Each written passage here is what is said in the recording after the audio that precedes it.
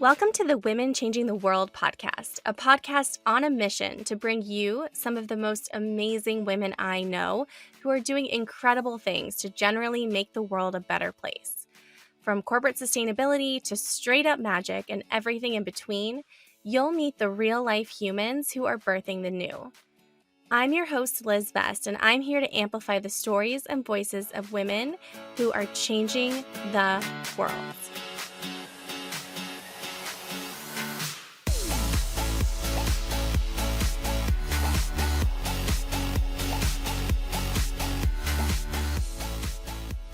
Today, I am so excited to sit down with Raquel Reyes, a consulting astrologer who I have learned a ton from how to manifest to how to consult the stars in my life and business.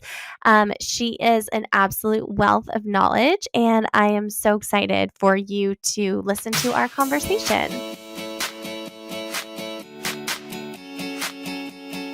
Hi. Oh my goodness. I could not be more excited for today's episode of the Women Changing the World podcast. I am here with Raquel Reyes, consulting astrologer, who is someone who I have benefited immensely from working with over the past year plus in my journey, getting to know more about astrology. She's such a wealth of knowledge. Again, just I'm over the moon, and I know that's like a terrible pun, but really excited to be here with you, Rack. So maybe before we jump into questions, I would love if you wouldn't mind giving just like a brief introduction of who you are and what you do, and then definitely we'll want you to share more of your story later on in our conversation. Beautiful. Well, first of all, thank you so much for having me. I'm really excited to talk with you today. I absolutely adore you and everything that you do. So Oh my gosh, that's so mutual. Thank you. I really do. This podcast is such a pleasure. So thank you so much for having me. And also just thank you so much to everyone out there listening and for spending a little bit of time with us today. Sure, of course. And yeah, I'm currently living in Florida. I just moved, did a big cross-country move. I've been working on a lot of manifestations of my own, and I've been doing a lot of shifting around, but I'm an astrologer and I'm here down in Florida.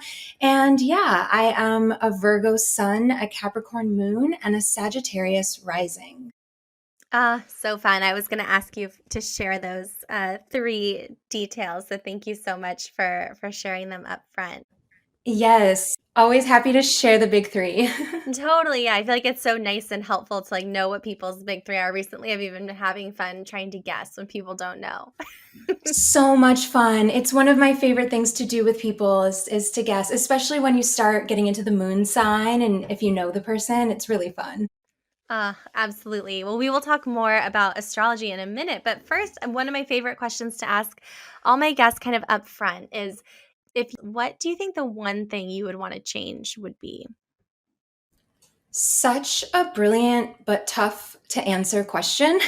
um, I think for me, I would keep it simple and say that I really wish if I could change one thing about the world, it would be to really answer kind of this issue that I see, and it is that not everyone has fair or equal access to really basic necessities. And I would love to see that change across the world because I think that we would live in quite a different world if every single person just had that fair and equal access to food, shelter, and water. Absolutely. Thank you so much for sharing that. I could not agree more. And it's so wild that we live in a world where the resources exist to make that happen. And we have not made that happen yet. Yeah, definitely. It's something that I think about just how disproportionately echoed things are. And yeah, I really love you for asking that question. Thank you. Well, yeah, I mean, this is the Women Changing the World podcast. So I certainly am hoping that we can all, be the small part of these changes that we're hoping to see. But kind of, I guess, in that vein, I'm curious to know, like, how are you spending your days right now? Like, what are you up to these days? So a lot has changed in my life. I'm sure like everyone listening, like you as well, since of course the big P word came around and we're still here. So I feel like, to be honest with you, in full transparency, my life took a bit of this weird standstill in 2020. And I had to kind of get really clear and grounded on what it meant to be a business owner, what it meant to be an astrologer, what it meant to live where I was living. I was in a long distance relationship at the time. So that's, why I moved. And I was not spending my days, I think, up until we got to 2020. I don't know that I was spending my days really in accordance to what truly brings me pleasure. And I was not spending my days, I think, up until we got to 2020. I don't know that I was spending my days really in accordance to what truly brings me pleasure, to what I think now is truly effective work. I think I was kind of just coasting along and doing maybe what I thought I should be doing.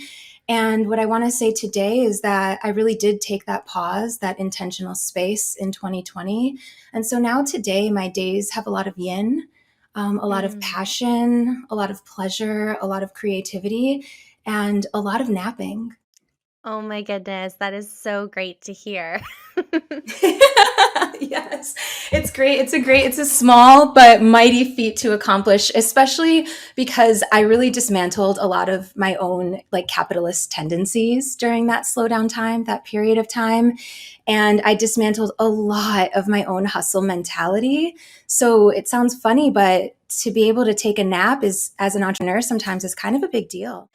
Totally, totally. I know that's something that we've talked about at various points over the past year. And I feel like deprogramming the hustle is something that like I've been doing so much work around. It's something I know a lot of my clients work on. I feel like it's been something that's ongoing.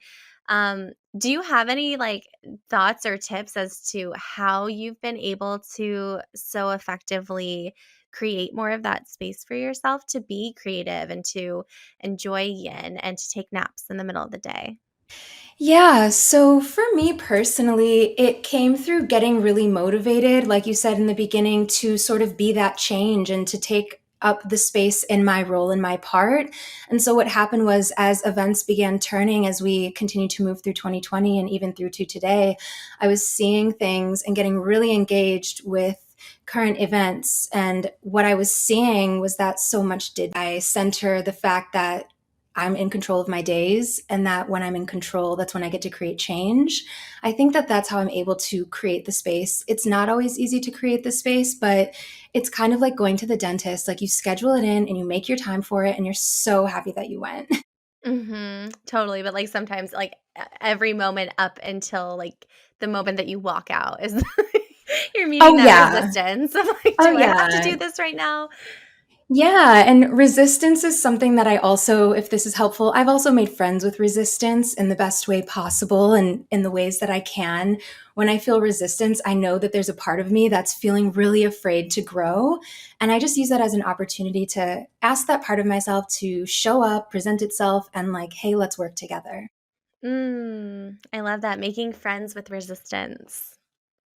Well, I'd love to hear a little bit more kind of big picture. One of the things that I find really fun and fascinating and ask, everyone, love to hear a little bit more kind of big picture. One of the things that I find really fun and fascinating and ask, everyone who comes on the podcast is I love to hear about people's like career journeys of how does one become a well-known astrologer. Like, what has your journey to where you are now looked like? Yeah, so I've been on quite a journey, like most of us have, but I say that because my journey with astrology and the occult actually started when I was 10. So I had a babysitter at that time who introduced me to my first deck of tarot cards. Oh, And wow, at 10 years old? yeah, That's at amazing. 10. Yeah, I was at 10 years old. So I am a Latina, I'm Mexicana, and in our lineage, it's pretty common to, get into the esoteric. And there's a lot of deities in the Catholicism that, I grew up in as well. Deities in the Catholicism that, I grew up in as well. So, I grew up like lighting candles to the Virgin Mary and making altars and doing all these things. But it wasn't until preteen years that I started to read horoscopes, get into astrology. The first book I ever read actually was Linda Goodman's Sun Signs, which is a really old book from an old astrology writer. It was one of my favorite Aries ever. And it sort of made me realize that there's so much to be explained by looking at astrology. And I thought it was really cool back then. And then I went through my high school years, didn't really care too much about it at that time because I was a really like angsty teenager. Um, right. I'm like, I was But 100% in the angsty teenager clubs. I totally was. I thought I knew everything. You know how it goes. So I actually, and this kind of brings me to, I would say, like the most pivotal part of my career was I turned 17 and I left home a little bit early. I had a bit of a traumatic home life. And so that is at 17 when I left, I was staying with a friend who lived down the street from a library. And that's when I went to the library and I found the occult section and I started looking up astrology books. I started looking up tarot, palmistry, really anything I could get my hands on to consume this information and this knowledge, this higher wisdom, this consciousness that I felt like I had seen so many times before. And then at 18 years old, during an inverse nodal return, I had my first astrology mentor. So I would say my career with it really started during those pivotal times. Oh, wow. That's wild. I don't even think I knew that you had started so young in your study of astrology. It was so young, the study, but the career part didn't actually come in until 2015. So, for a little bit of context, 33 now. We're talking about when I was 18. So, it's quite a bit a while ago.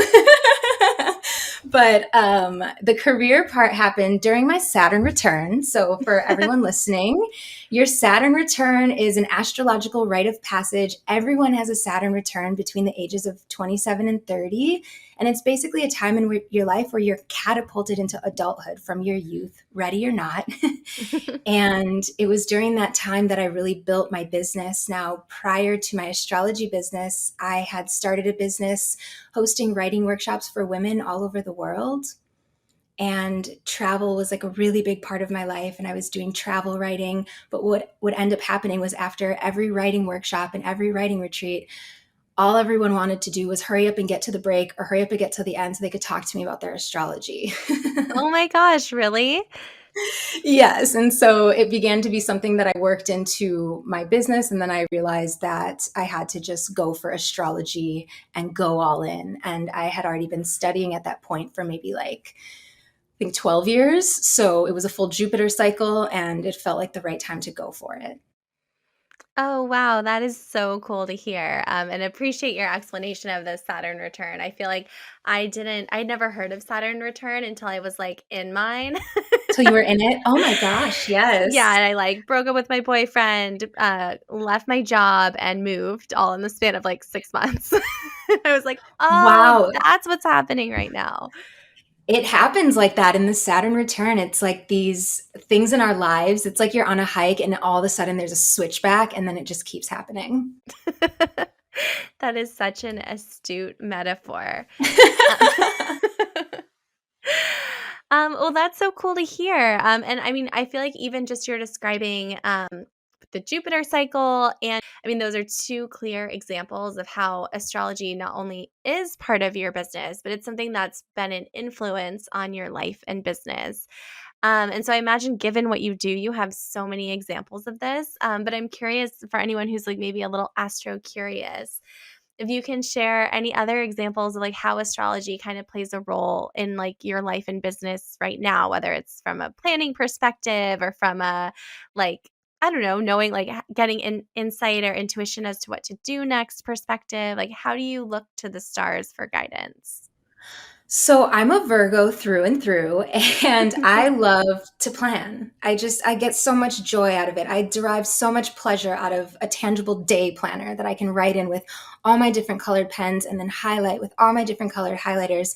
So that being said, astrology is very much so something that you look into. It's almost similar to reading a book. You go places to look, and one of the easiest places to look is actually the moon. working with moon tracking, working with new moons, working with full moons. We generally have about one per month, one new moon, one full moon. Maybe you learn about the different moon phases. Maybe you learn about what moon phase you were born under. But working with the moon is really going to let you know when to push, when to slow down, when to take action, when to rest. And what I love the most about moon tracking is that the moon in astrology represents our heart. And so, therefore, it represents our mood. And I'm a very moody person as well. So it really helps me regulate my moods and know when I might be in an emotional high and when I might be in an emotional low. Totally. I love that so much. And actually, I feel like once I had some like started to have more awareness around like I would say like full moons, new moons and full moons, but around full moons in particular, I feel like I was getting these like full moon hangovers. Moons in particular, I feel like I was getting these like full moon hangovers. But I like didn't know that it was like a full moon hangover until I like was consistently looking at the calendar and I'm like, it's the full moon again. And I feel like this again. Interesting. Yeah, absolutely. With the full moon hangover. And, the new moon is always like this time to manifest and bring things in and sort of regenerate. And the full moon is quite literally when we're so full of energy that we want to release from 6 months ago. So it makes a lot of sense that you'd be feeling that hangover. Totally, totally. And I love the new moon for manifestation and like just like new beginnings as well. I think it's a fun way. Like so often I think we look to like the start of the calendar year as like a new start or people, even now it's kind of like fall back to school season, like that can feel like a new start, but actually if you when you start paying attention to the phases of the moon, it's like you can have a fresh start every like 28 days if you want. Yeah, totally. And there's actually different phases of the moon. So, like, the new moon is the time of the new beginnings. Then there's the waxing moon, and that one's going to be like, okay, we decided what we're going to manifest. Now, how do we actually work towards those intentions? Then we have the first quarter moon, and that's when we're able to implement our intentions and actually make really important decisions using this phase's momentum. This is when like resistance might come up. Then there's the waxing phase of the moon, or also known as the waxing gibbous. And this is interesting because this is when we're refining, this is when we're clarifying, this is when we're assessing situations, figuring out what we need to change in our lives. And then after that is the full moon that we're talking about. And that's when everything around us is illuminated, even our intuition. In fact, especially our intuition. Ooh, I love that, and thank you so much for that great moon phase overview, that's so helpful. Love that, and thank you so much for that great moon phase overview, that's so helpful.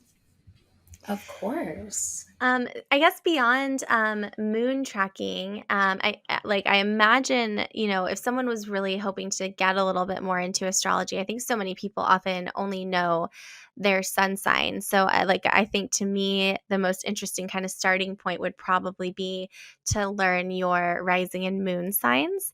And I love how you describe it as like picking up a book. So like to kind of like, find out what those are and then maybe start to learn a little bit more about them. Do you have other thoughts on like if someone wanted to kind of like dip a toe in to the astrological waters where you'd say they should start?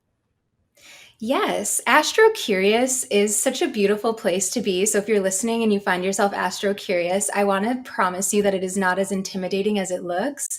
But I do encourage everyone to cast their astrological natal chart. It's my favorite place to go. And once you have your chart, that's how you'll be able to determine what your rising sign is, what your moon sign is, and all of your other planets, as well as your north and south node of destiny. And those are two really important markers in astrology that I will usually turn beginners onto because it is life changing. Oh my goodness. Well, I wanted to ask you about the nodes because it's something that I had never really heard of or even seen, I don't think, until like it came up through following you and working with you. And so how like what is the North Node of Destiny for someone who's never heard of that before? So the north node of destiny, it's not a planet. The north and the south node, they come together in a pair. So there's the nodes, we call them. There's two of them. So they come in a pair, they work on an axis, and they're actually fixed mathematical points in the sky. That's sort of the astronomical explanation of what we're talking about. Astrologically, the nodes of destiny are showing us where your soul has been, maybe your past life energy or your early life. And then that's the south node. The north node is showing us what your soul came here to embody in this lifetime. Ooh, I love that. And so, um, for someone who is like, again, just learning about nodes for the first time, um, your north and south nodes, they take like they're on your chart in a specific house and in a specific sign. That's correct, right?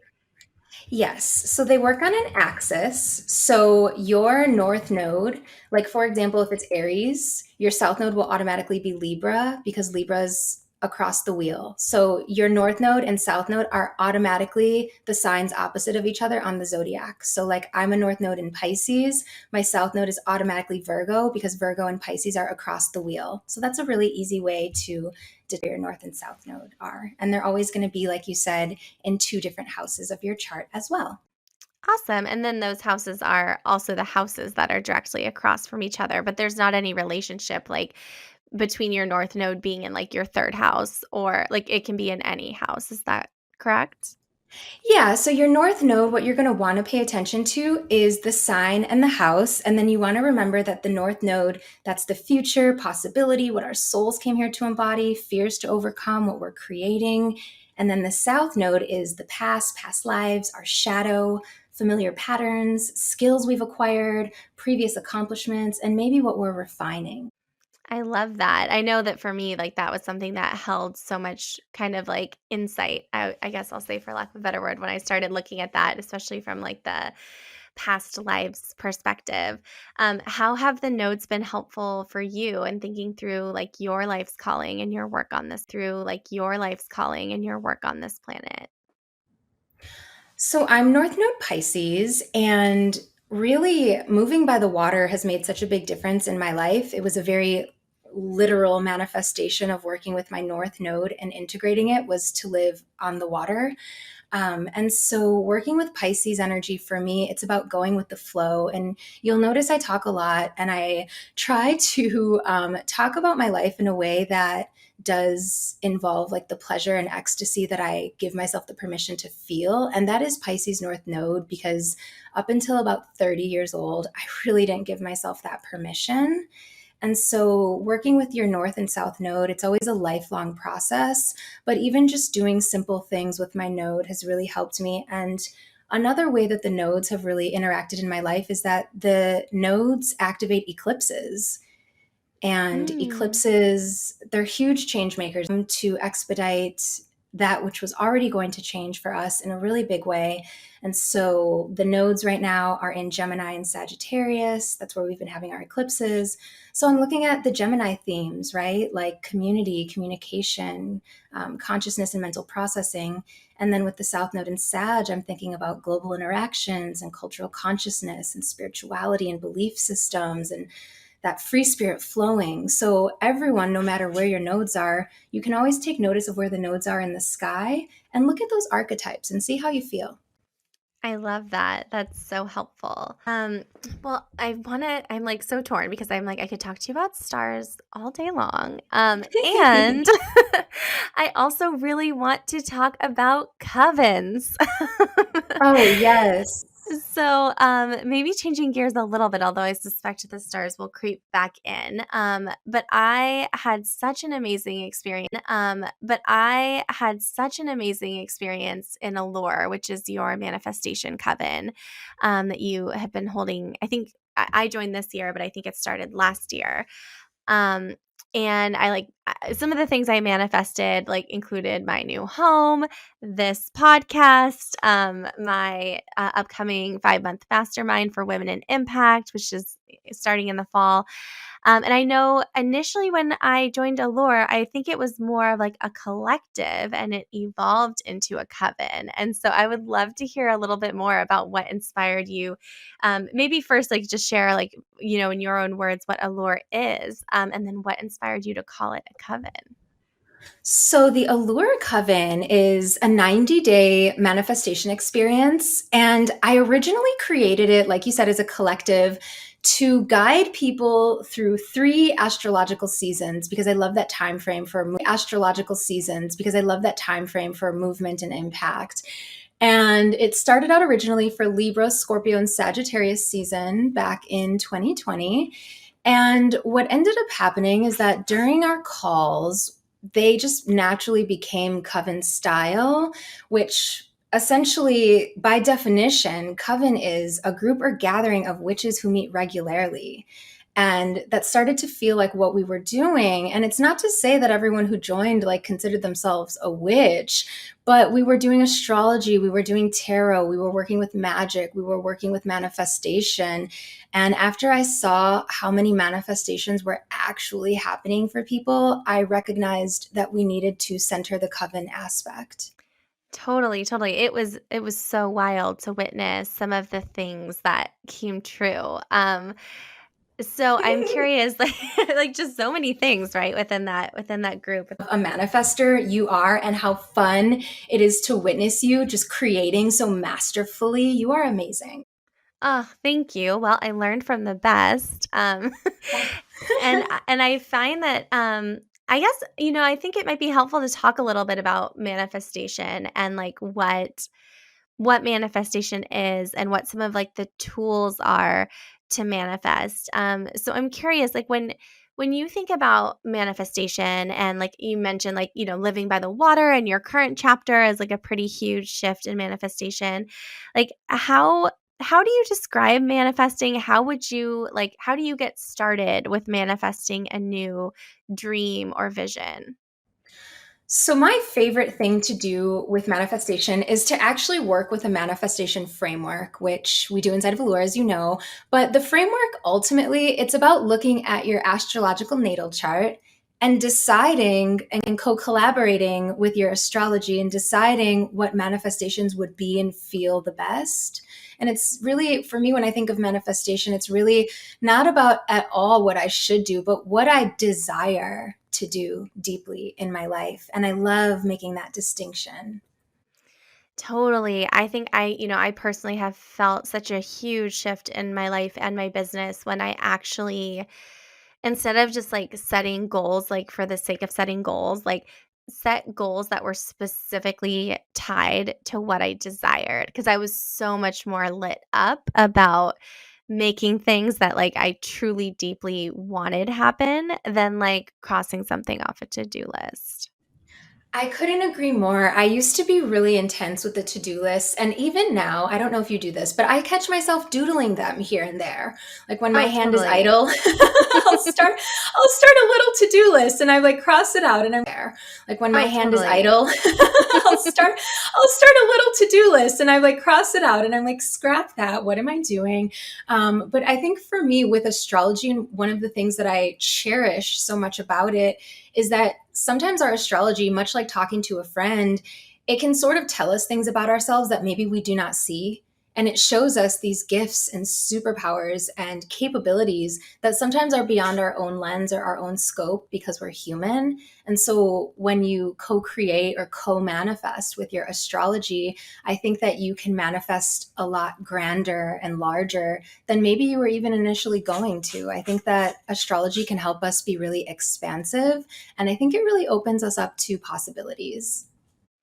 Totally, totally. I feel like it's just like one other piece of input, right? Like when you're thinking about like, what you want the next month or few months or year to hold, like to look at like, okay, well, like, yes, in terms of timing, like, is there ideal timing to try to pursue something like in the stars? And I think it like I like to look at it too as like an invitation sometimes for ease or like also something to help build awareness of just like, oh, this week might be tough, like to know going in. Like, I Yes. know we were just talking like, oh, there's a lot happening in October. So that's good to know. and, and Yeah. and not that it has to be this like, close all the curtains, lock yourself inside, like hide from what's coming, but just like a little bit more awareness of how you can like work with what is. It's such an awareness. I love that word. Awareness and astrology go hand in hand. I always think of astrology as like looking at your astrology is like you got invited to the Met Gala or something, and you get to see what everyone's wearing on the red carpet before the Met Gala actually begins. It's like getting this insider look so that you know what to wear. And I feel like that when we're looking at our astrology, it's like we get this insider look, like what is the energy going to be? What is the collective consciousness going to be? What it might be for me, and then within that, how do I empower myself? I love that so much. Well, and I feel like in the manifestation work I've done with you, in addition to like spells and rituals, which are themselves so powerful, and obviously like sharing and being in the collective, writing has been a big part of that. Like, I actually am still like, admittedly not perfectly, but still keeping up with my like daily journaling from Allure of just like keeping track of like what is it that I'm trying to manifest right now, like what proof do I have that like my dreams can come true, what am I grateful for, um how would you recommend someone who's like thinking about like trying to incorporate journaling into like their own practices? Do you have any like prompts or thoughts or tips or tricks? What am I grateful for? um how would you recommend someone who's like thinking about like trying to incorporate journaling into like their own practices? Do you have any like prompts or thoughts or tips or tricks on how that can be used for manifestation? So I absolutely love putting the pen to paper, and I think that there's a lot of power in it. One of the things about journaling that I'm sure you know is consistency. So that would be my number one tip with the journaling practice is to try to do it consistently. It doesn't have to be perfect. You don't have to journal for a lengthy time. Even just taking, just a couple minutes every day to check in. And what I love to do when I'm actually journaling for manifestation, I definitely like to find evidence as to how I'm already powerful, to how I'm already a powerful manifester. But one thing that's really foundational in my manifestation practice is reframing blockages and fears for myself. Um, Mm-hmm. yeah, I'm just and sometimes it's, when I'm manifesting, anxiety is obviously not the primary emotion that I want to be creating from. And so when I can reframe fears and blockages, it really helps eliminate a lot of that anxiety and a lot of that not enoughness that can definitely come up, especially for those of us who struggle with poverty consciousness. Totally, totally. No, I so appreciate you calling that out. I will say I think my number one fear that I find when I'm doing my own manifestation related journaling is scarcity. Whether it's scarcity of time or it's just like any, like it's often like the scarcity thing is the thing, right? That needs to be seen and heard. I couldn't agree more. And I think that's what's tough about journaling for manifestation, right? Is that we get nervous about what we might write down or not write down because it's like we don't want to go too small, we don't want to go too big. And I think that that's what can be a little confrontational. I just feel like that. Yeah, I definitely feel like it's something where because I have seen such positive results, like, I mean, I do that as part of like, it's one of many things that I have been doing lately, but like, it's like I'm doing all the things and like they seem to be working. So, and because it seems to be working, it has that momentum where it's like, I don't want to miss it because if that's the key piece of the puzzle that's helping all of this happen, then you know, I want to keep maintaining that momentum. But I think what I see and have had challenges with in the past with journaling is just like is establishing that momentum or that routine to begin with. And I love momentum for manifestation. And I think even if you're having a manifestation day where you're feeling a little slouchy or down, even just dancing, right? Like turning on some music, just switching up the energy. I love all of that for manifestation. Totally, totally. And I want to come back to something that you said earlier too, which is like the power of speaking it aloud. Because I often think that we it can be super scary, obviously, to like put your desires out into the world, like to tell people what you really want. I don't know about you, but I was definitely like kind of at some point very young in my life, I got the impression that I was supposed to magic what I wanted into people's heads and I was not supposed to tell people what I wanted. Mhm. And it probably wasn't until I was like, I don't know, maybe like 25 that I first had the thought of like, oh, what if I just said what I want? Yeah, totally. It can be totally hard to exercise our voices sometimes. Right, but I do think that, again, as experienced via the coven and also in other aspects of life, like there's something so powerful. I think that, again, as experienced via the coven and also in other aspects of life, like there's something so powerful about just saying what you want. Yeah, and saying it in front of other people, in front of a Mhm. group really just clarifies it, I think, as well, and cements it in. And I love being witnessed and I love to witness other people. It's one of the things that I think makes community or can make community really great. Totally, totally. No, I couldn't agree more, and I so appreciate that.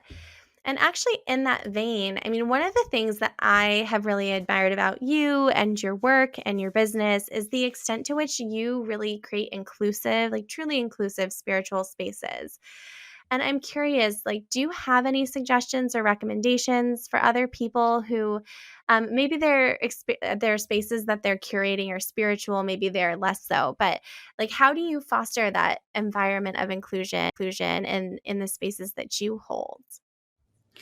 Well, you have to be willing to put contrast into perspective.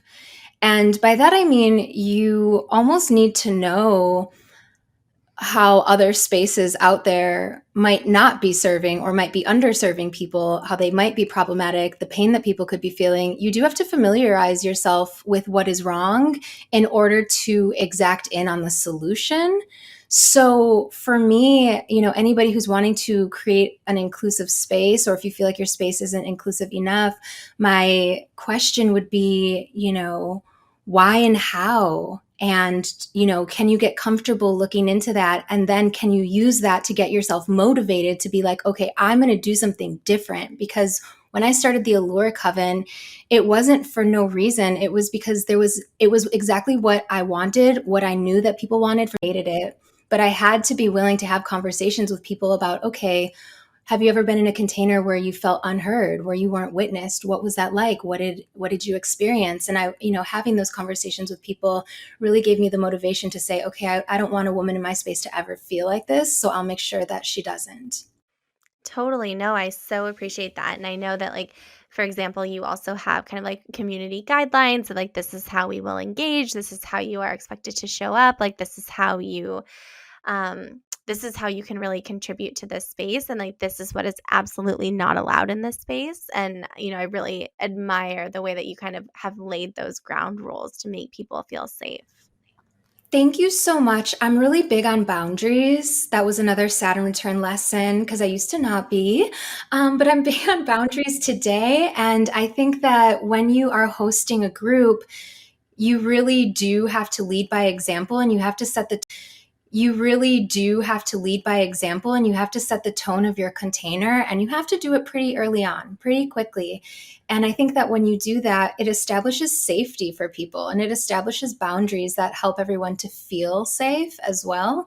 And when you step into a container and the facilitator has said, I've thought intentionally about engagement here, there's just something really nice about that. And I had never experienced that in any containers I had joined previously. So, really, they always say your ideal client is you. So, if you're out there and you're wanting to create something, create for yourself, create a container that you would join yourself, that you would no questions asked, no brainer, say absolutely yes to, and just watch the magic pour in when everyone else starts to say yes as well. Oh my goodness. I feel like that is such brilliant advice. And it's so true. I mean, I know the community that I'm in the process of building right now, it's like 100% what my past so desperately wanted and it like did not exist. And it makes it so different to kind of like share the vision with people when I'm like this is just something I've wanted for so long, as opposed to like, just like a very strategic thing that did not come from my heart or experience.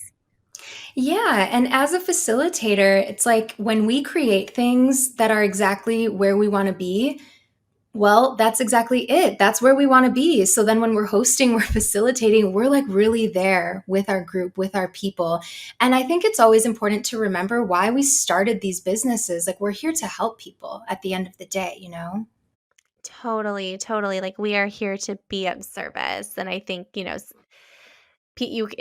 easy, or it's very possible to lose sight of that. But I think when you keep that front and center, it people feel it. Yeah, and to remember your gifts, especially. That's like my number one piece of advice right now. Remember those gifts because I'm someone who believes that everyone is gifted. I really do believe that. Totally. When I imagine looking at so many people's charts too, it's like you see people's gifts, right? Especially like what Oh were they yeah. given at birth? Oh yeah, you can see so much in the chart, and to have seen so many charts at this point, it would be impossible for me to not believe that each and every one of you is completely gifted in this world. I love that so much. I think that's such a good reminder.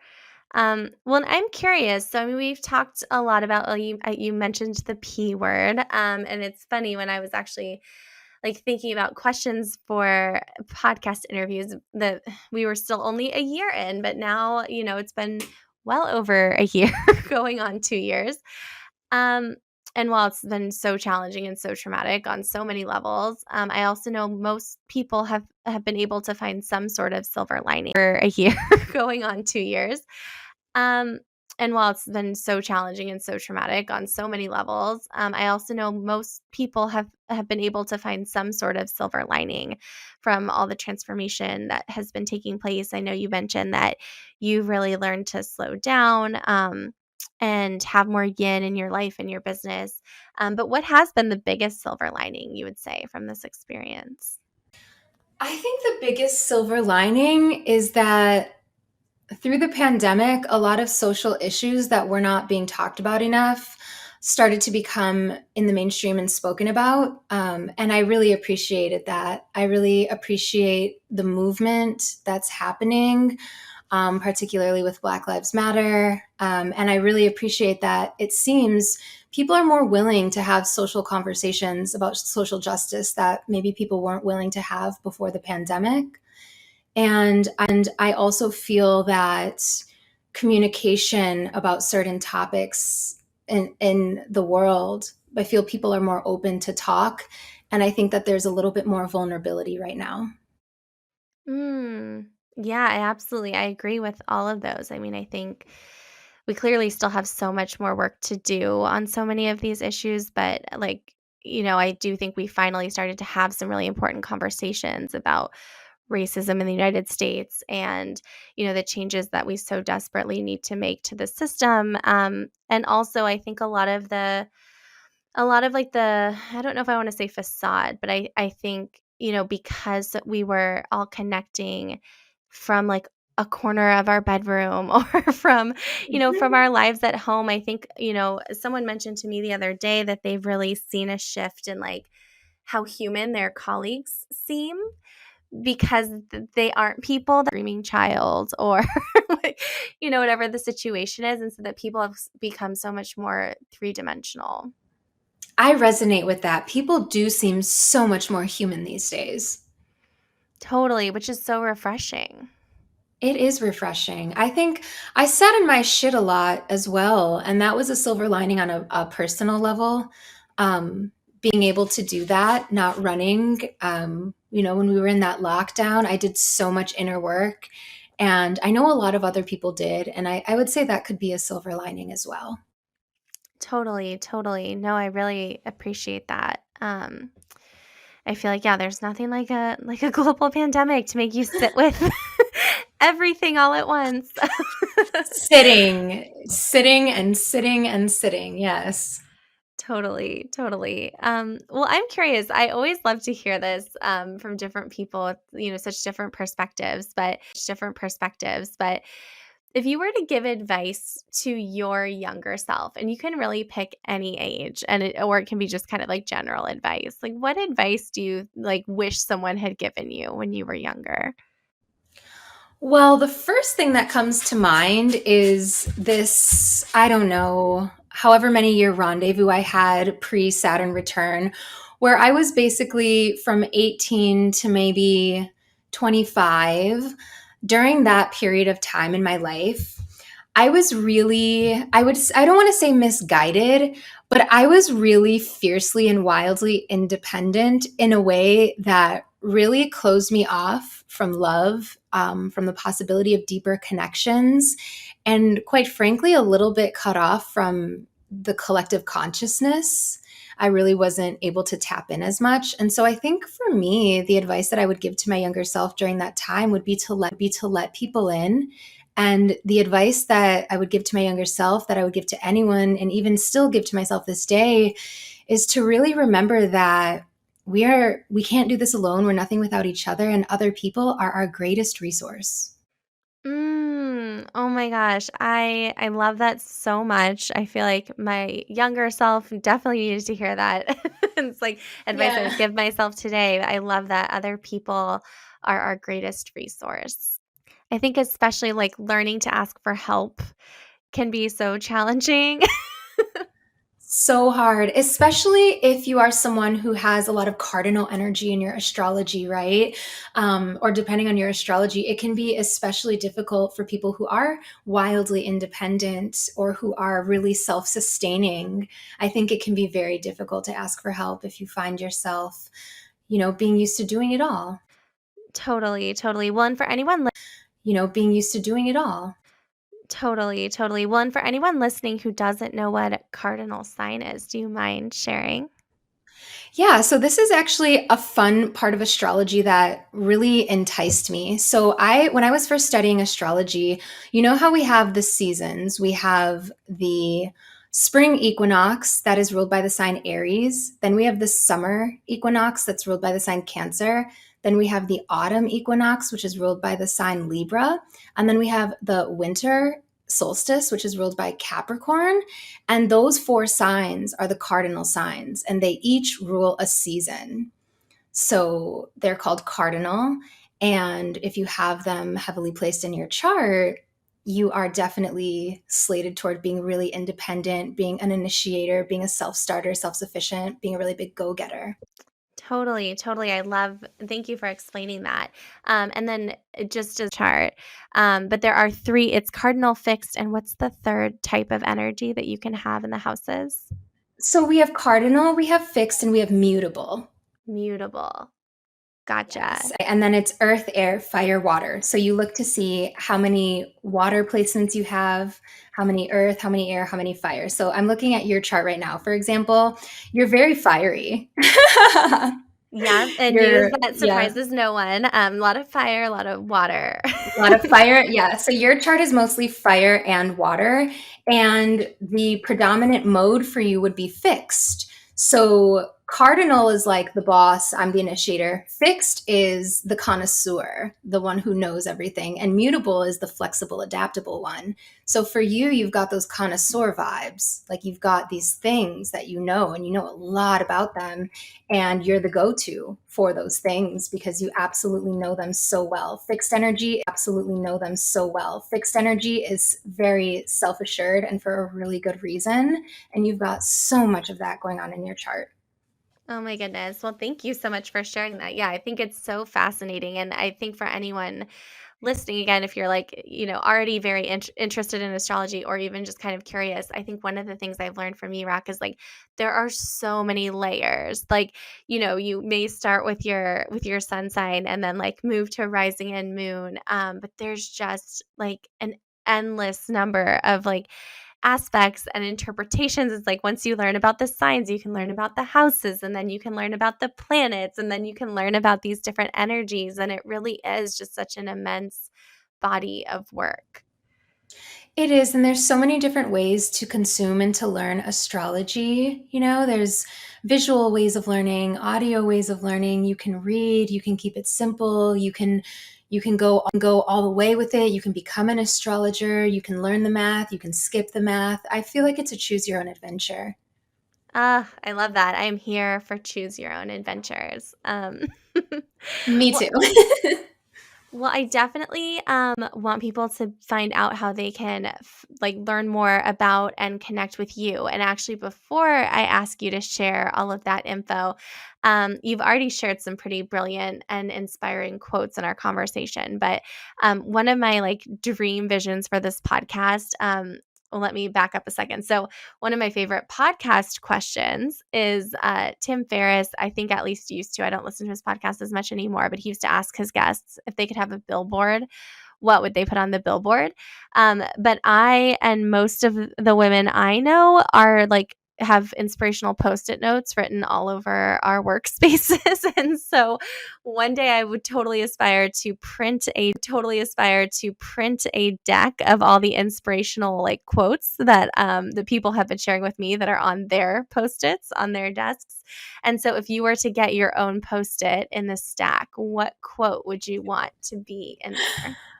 Okay, so this was difficult for me to answer because I am through and through a Sagittarius rising. But I think for me, it would be rule number one, you got to have fun. Ah, that's such a good one. That's it. I know it's triggering. I know we can't have fun all the time, but can we? I mean, one of the post-its I have on my desk right now says yes to fun and changing the world. So I am Yes. Okay, this is so aligned then. How perfect. totally. I love it. Oh my gosh. Well, I could talk to you for hours, and I totally would, but I also want to be respectful of your time and our listeners' time. And so, on the note of rule number one is to have fun. Let's Yes. go ahead and wrap things up. But I would love for you to share if people want to find you, to connect with you, to manifest with you, where on the internet, and this will be in the show notes as well. But where do you exist?